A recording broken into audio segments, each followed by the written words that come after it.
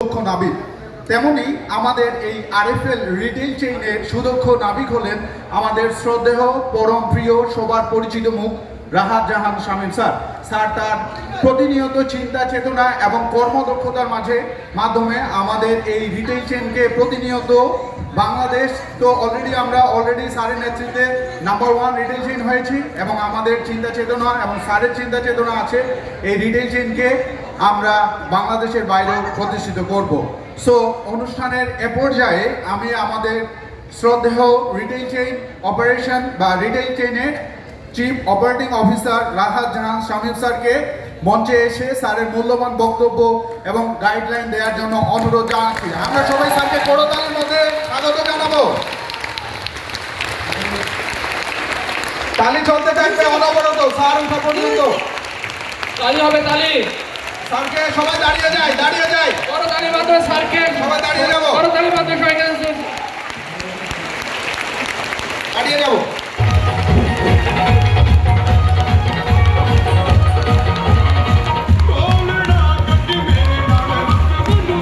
আসসালামু আলাইকুম। কি অবস্থা, সবাই ভালো আছেন? প্রোগ্রাম কি অবস্থা, কেমন চলতেছে বলেন? অনেকে দেখতেছি মন খারাপ নাকি? হাসি খুশি কম। এদিকে কি নাই, রাইসে উঠে নাই সবাই? সবাই কি টায়ার্ড? তো সবাই যদি ভালো থাকেন, আমি সংক্ষেপে কিছু কথা বলি ব্যবসায়িক উদ্দেশ্যে। কি বলেন? নাকি বিরক্ত হবেন যে আজকে স্যার আসলো, আয়সা আজকে সবাই মজা করতে আসছি, আজকে কিছু ব্যবসায়িক কথাবার্তা বলবে, কেমন শোনায় না? এই কারণে বললাম যে অল্প সময় নেব, খুব গুরুত্ব সহকারে নেবেন, কারণ এইভাবে সবাইকে একসাথে পাওয়াটা আমাদের খুব দুরূহ ব্যাপার। যেহেতু আজকে আমরা সবাইকে একসাথে পাইছি, বিভিন্ন সময় হয়তো ভিজিটে গেলে ওই ইন্ডিভিজুয়াল দেখা হয়, তাই না? সবার সাথে হয়তো পরিচয় থাকে না, সবার সাথে ওইভাবে কথা হয় না, অনেকে হয়তো ছুটিতে থাকে।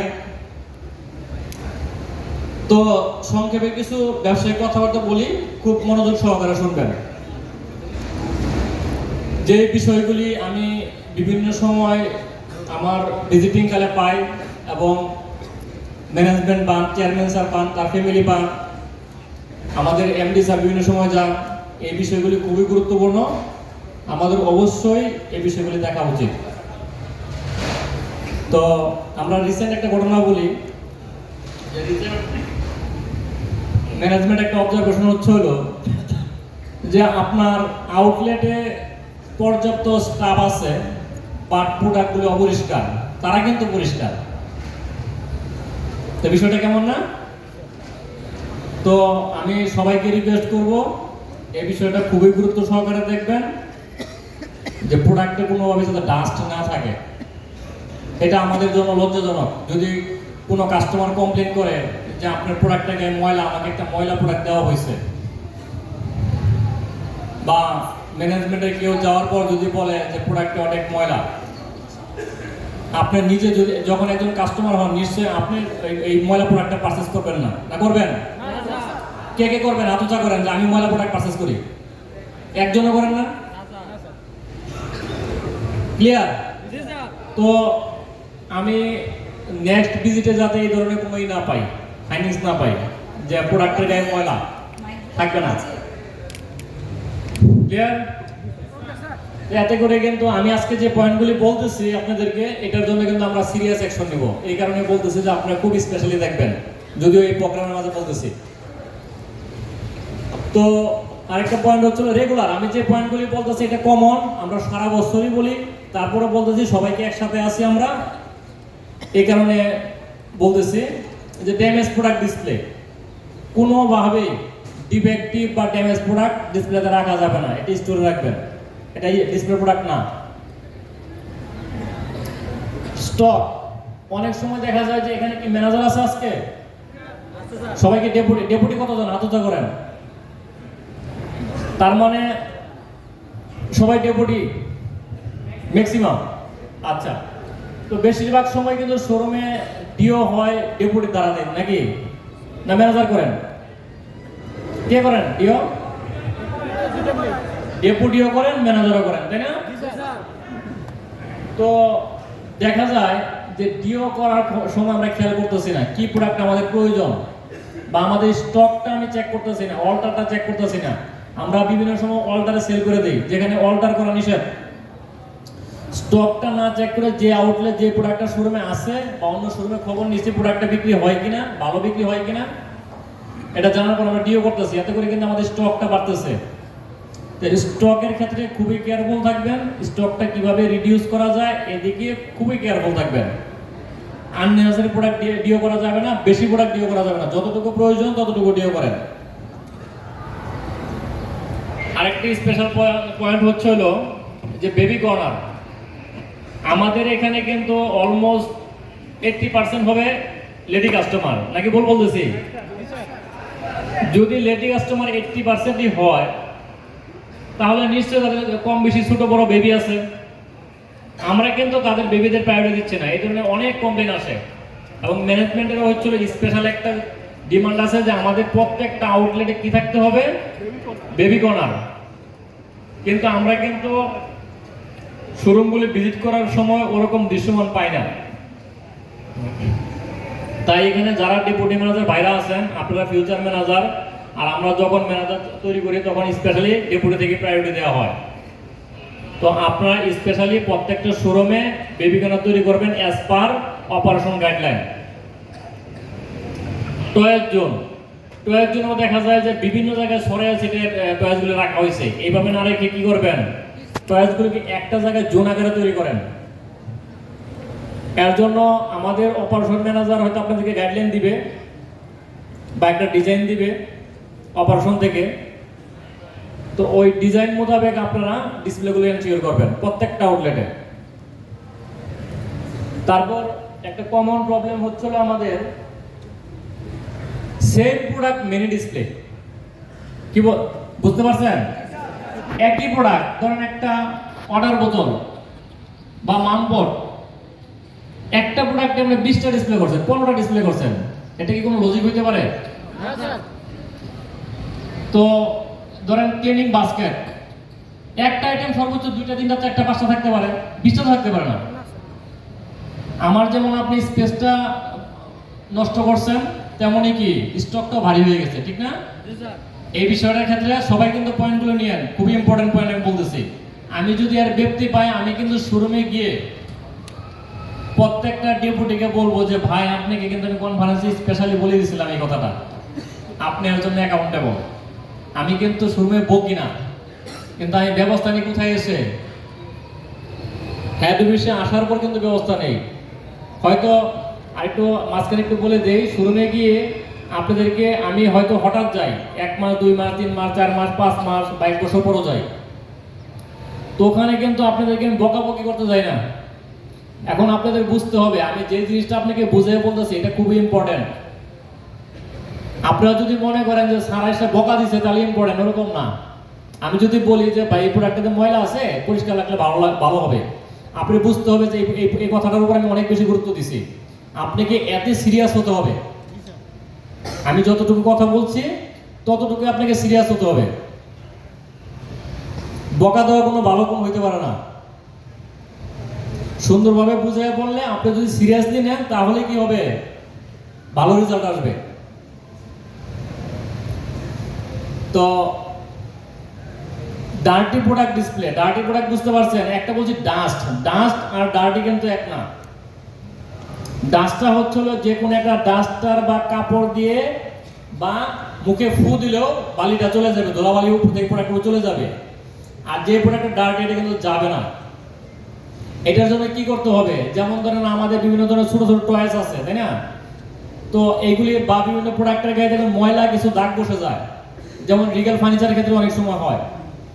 এগুলোকে কি করতে হবে, যেটা মনে করেন যে গ্লাস ক্লিনারে ধুতে হবে, গ্লাস ক্লিনারে পরিষ্কার করবেন, যেটা সাবান দিয়ে পরিষ্কার করা সম্ভব সেটা সাবান দিয়ে পরিষ্কার করুন, যেটা পানিতে পরিষ্কার করা সম্ভব সেটা পানিতে পরিষ্কার করতে হবে। কোনো প্রকার এই সমস্ত ডার্টি প্রোডাক্ট রাখা যাবে না। অনেক সময় প্রমোশনাল প্রোগ্রামের ক্ষেত্রে যে একটা কিনলে একটা ফ্রি, দেখা গেছে নোংরা দুইটা প্রোডাক্ট দিয়ে রাখছেন, তো এই প্রোডাক্ট তো ফ্রি দিলেও কেউ নিবে না, আপনিও নেবেন না, তাহলে কেন ডিসপ্লে করছি? আমার কি কথা সবাই ক্লিয়ার? তো এই কিছু পয়েন্ট ছিল। আরেকটা পয়েন্ট, মেজর পয়েন্ট, যেটা নিয়ে আমরা আজকে কাজ করতেছি, সেটা হচ্ছে কাস্টমার সার্ভিস। কাস্টমার কমপ্লেন কোনোভাবেই অ্যালাউ না, অতএব কাস্টমার সার্ভিসটা নিয়ে স্পেশালি কেয়ার নেবেন। এইগুলো ছিল আমার কমন পয়েন্ট। পয়েন্টগুলো আমি রিভিউ করে দিচ্ছি। যে প্রোডাক্টে ডাস্ট ক্লিন করবেন, ডাস্ট ক্লিন থাকবে না, ড্যামেজ প্রোডাক্ট ডিসপ্লে করা যাবে না, স্টকটা রিডিউসের কাজ করবেন, ডিওর ক্ষেত্রে খুব সিরিয়াস থাকবেন, বেবি কর্নার তৈরি করবেন, টয়ের জোন তৈরি করবেন, সেম প্রোডাক্ট মেনে ডিসপ্লে করা যাবে না, ডার্টি প্রোডাক্ট ডিসপ্লে করা যাবে না, প্রমোশনাল কমিউনিকেশনের স্টিকারগুলি সঠিকভাবে ইউজ করবেন, আর কাস্টমার সার্ভিসটা সবসময় বেটার রাখবেন। আগের চেয়ে আমাদের অনেক কমপ্লেন কমে গেছে, আমরা চাই এটা অলমোস্ট জিরোতে আসুক। ক্লিয়ার? তো সর্বোপরি আমার কথা হচ্ছে হলো যে প্রত্যেকটা কনফারেন্সে, প্রত্যেকটা মিটিংয়ে যখন দেখা হয়, আমি একটা কমন কথা বলি। কে বলতে পারবেন কমন কথাটা কি? বলেন বলেন,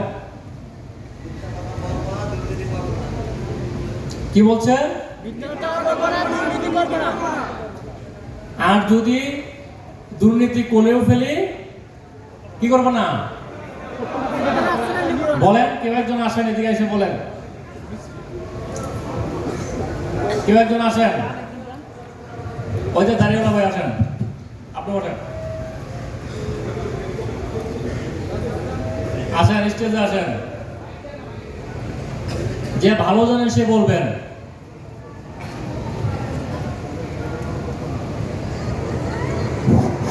আসসালামু আলাইকুম। এটা কিন্তু খুবই একটা ইম্পর্টেন্ট কথা। স্যারের মেইন কথা হলো দুর্নীতি করব না, মিথ্যা কথা বলা যাবে না। যদি কখনো দুর্নীতি করা যায়, সত্য কথা স্বীকার করব। পয়েন্টটা বুঝতে পারছেন? প্রথম কি, কোনোভাবে দুর্নীতি করা যাবে না। আমি কিন্তু প্রত্যেকটা কনফারেন্সে, প্রত্যেকটা মিটিং এ, সব জায়গায় বলি, দুর্নীতি কি হতে পারে? ফাইন্যান্সিয়াল হতে পারে, নন ফাইন্যান্সিয়াল হতে পারে। মানে কি, যে কাজের দ্বারা কোম্পানি আর্থিকভাবে ক্ষতিগ্রস্ত হয়, সেটাই হচ্ছে হলো দুর্নীতি, করাপশন। করাপশন কি দুর্নীতি না? নিয়মের বাইরে দুর্নীতি কি? নিয়মের বাইরে যা করবেন, এটাই হচ্ছে হলো দুর্নীতি। আপনার শোরুমে ইনভেন্টরি শর্ট হয়ে গেছে, হইতে পারে না শর্ট, আপনার ভুলের কারণে হতে পারে, আর কেউ যদি খেয়ে ফেলে সেটাও হতে পারে না? সর্বোপরি কি, অনিয়ম তো অনিয়মই। এটা হওয়ার পর, এরপর যখন আপনাকে ধরা হলো, অডিটর বাই গেল বা আমরা ডাকলাম, তখন আর মিথ্যা বলা যাবে না। যেটা সত্য সেটা আমাদেরকে স্বীকার করতে হবে। যখন আপনি একটা অপরাধ কর্ম সংঘটিত করলেন এবং অপরাধ সংশোধন করার চেষ্টা না করে মিথ্যার আশ্রয় নিলেন, তখন কিন্তু অপরাধটা অনেক বড় আকার ধারণ করে। সবাইকে ক্লিয়ার? তো এই সমস্ত বিষয়গুলি দেখবেন। আর যে কোনো ধরনের প্রবলেম হলে তো আমার নাম্বারটা আছে না? নাই? তো আমার মনে হয় যে আমাকে ফোন করবেন। ফোন করলে কিন্তু আমরা পরিচয় গোপন রাখি, আমরা সমস্যাটা সমাধান করার চেষ্টা করি। একটা রিসেন্ট ঘটনা বলি। আমাকে যে কোনো একটা ডিপার্টমেন্ট থেকে একজন এক্সিকিউটিভ ফোন করছে কয়েকদিন আগে। তো ফোন করে বলল যে শোরুম এরিয়া ম্যানেজার স্যারের ব্যাপারে কমপ্লেন করলো, শোরুম ম্যানেজারের ব্যাপারে বললো যে আমাদের সাথে খুব খারাপ আচরণ করে, আমাদের কমিশন ঠিক মতো দেয় না। তাই আমি বললাম যে আপনার, আমাদের এখানে তো কোনো নাই, কোনো রাজনীতি নাই, আছে? হ্যাঁ, একটা হলো বিজনেস, ঠিক না? কর্ম করি আমরা, তাহলে আমাদের কোত্থেকে পাইছেন আপনি? বললো যে আমাদের, ঠিক আছে, থ্যাংক ইউ ভাই, আমাদের কয়েকজনকে আপনি ফোন করে জানতে পারবেন। আমি বললাম যে কয়েকজন কোত্থেকে আসছে? আপনি বলতে পারেন এটা আপনার ব্যক্তিগত প্রবলেম। এবার আমাদের দায়িত্ব হচ্ছে হলো, আমরা যারা দায়িত্বে আছে, আমরা চেক করে দেখবো কোথায় কি সমস্যা আছে, বা এই ধরনের সমস্যা আদৌ আরো কোথাও আছে কিনা। তো আপনি অনেকের পক্ষে কথা বলতে পারেন না, আপনি ইন্ডিভিজুয়াল বলেন। আপনার সমস্যাটাই যদি সমাধান না হয়, আপনি ফোন দিয়ে বললেন সবার সমস্যার সমাধান হলো, আপনার সমস্যার সমাধান হলো না, তাহলে তো হবে না। তখন বললো যে আমারটা সমাধান না হলেও হবে, সবারটা হলে আমি খুশি। তাহলে এটা কি লজিক্যাল? আমরা তো সবাই আসছি নিজের জীবিকার তাগিদে, তাই না? চাকরিতে আমাকে আমার সমস্যাটা প্রথম সমাধান করতে হবে, তারপর সবার সমস্যা আমরা দেখব। তাহলে সে কি করলো? তার পরিচয়টা গোপন রাখলো, সে আমাকে বললো না। এখন আমি কোশ্চেন করলাম যে ভাই, আপনি যে আমাকে পরিচয়টা গোপন করলেন, এমন কি হইতে পারে না যে আপনি ওই কনসার্ন এরিয়া ম্যানেজার বা শোরুম ম্যানেজারের শত্রু, বা আপনি বাইরের কোনো লোক, লোকাল একজন লোক হইতে পারেন? একমত দ্বিমত বলেন। আপনি তার ব্যক্তিগত কোনো শত্রু হইতে পারেন, যে একটু স্যারের কাছে বললেই যদি পানিশমেন্ট হয়, ফোন দিলেই। অথবা এমনও হইতে পারে যে আপনি আমাকে বা আমাদেরকে হয়রানি করার চেষ্টা করলেন, যে আমাদের এখানে অনিয়ম নাই, আপনি এমন একটা মেসেজ দিলেন, এবার সবাই দৌড়ায় কাজকর্ম বাদ দিয়া, ঠিক কিনা? তো হয়তো যে ভাই ফোন করছিলেন উনি হয়তো এখানে থাকতে পারেন, তো ওনার উদ্দেশ্যে এবং সবার উদ্দেশ্যে বলি, আমরা প্রত্যেকটা, হ্যাঁ উনি আরেকটা কথা বলছেন স্যার আপনাকে ফোন দিলে আর যদি জানতে পারে শোরুম ম্যানেজার বা এরিয়া ম্যানেজার স্যার, তাহলে আমার চাকরি থাকবো না। এটা কি লজিক্যাল? আছে রেকর্ড এরকম? আমার জানা মতে নাই। কারণ আমি যদি জানতে পারি যে আমার এমন অনেক রেকর্ড আছে যে বাড়ি থেকেও ফোন দিয়ে নিয়ে এসে ডিউটি করাইছি, যে ভাই আপনি চলে গেছেন কেন? স্যার আমাকে শোরুম থেকে বের করে দিয়েছে। পরে জানলাম যে সেই ভুল করছে, আবার আমি নিয়ে এসে কি বলছি, যে ভাই আপনি ডিউটি করেন। কারণ আমরা দেখি যে আপনি কোম্পানির নিয়ম বহির্ভূত কোনো কাজ করতেছেন কিনা, কোম্পানি কোনো ক্ষতি সাধন করতেছেন কিনা। যদি না হয়ে থাকে তো আপনি অবশ্যই ভালো মানুষ। কথা ক্লিয়ার? তো তখন উনি বললো যে জানলে আমার চাকরি থাকবে না। এটা তো কোনোভাবে সম্ভব না। কেন সম্ভব না? কারণ প্রত্যেকটা শোরুমে আমাদের ফোন নাম্বার দেওয়া আছে। আপনি যদি এখন জানাতে পারেন, তখনও যদি আপনাকে কেউ কিছু বলে আমাকে জানাবেন না নাকি? ঠিক কিনা? অতএব যদি মানে এরকম একটা কেসে পাইছি যে মানে আমার সাথে আজ অব্দি গত রিটেলে আসেনি 7 বছর বেশি সময় হবে, 7 বছরে কেউ এরকম করে নাই যে মানে পরিচয় গোপন রাখতে হবে আমার কাছে। তো আমি বলছি যে যদি কেউ, তাহলে কি করবেন, ফোন দিলে অবশ্যই আপনার পরিচয়টা আমার সাথে শেয়ার করবেন, তাহলে আমার ওই এরিয়ার লোকটাকে ধরতে সহজ হবে। ক্লিয়ার না? তো এই ধরনের কাজ করা যাবে না। এত করে কি হয় আমি তো বুঝতে পারতেছি না কোথায় ভুল আছে। আমি ভুল না বুঝতে পারলে সমাধান করবো কোত্থেকে? ক্লিয়ার সবাই? তো সবাই বেসিক্যালি খেয়াল রাখবেন, আমার ফোন নাম্বারটা সবসময় খোলা থাকে, যে কোনো সময় ফোন করবেন। আপনারা যদি কোনো সমস্যা থাকে অবশ্যই আমাকে জানাবেন, আমাকে না জানান আপনার লাইন বস। অনেক সময় এরকম হয়, আমাকে ফোন করে জানাইছে যে স্যার আমার এই সমস্যাটা স্যারকে জানাইছি, আমার সমাধান হয় নাই। আমি বললাম আপনি কোন স্যারকে জানাইছেন? বললো শোরুম ম্যানেজার স্যারকে জানাইছি। এটা কি হলো? শোরুম টু সিও। তাই আমি বললাম আপনি এরিয়া ম্যানেজার স্যারকে জানাইলেন না?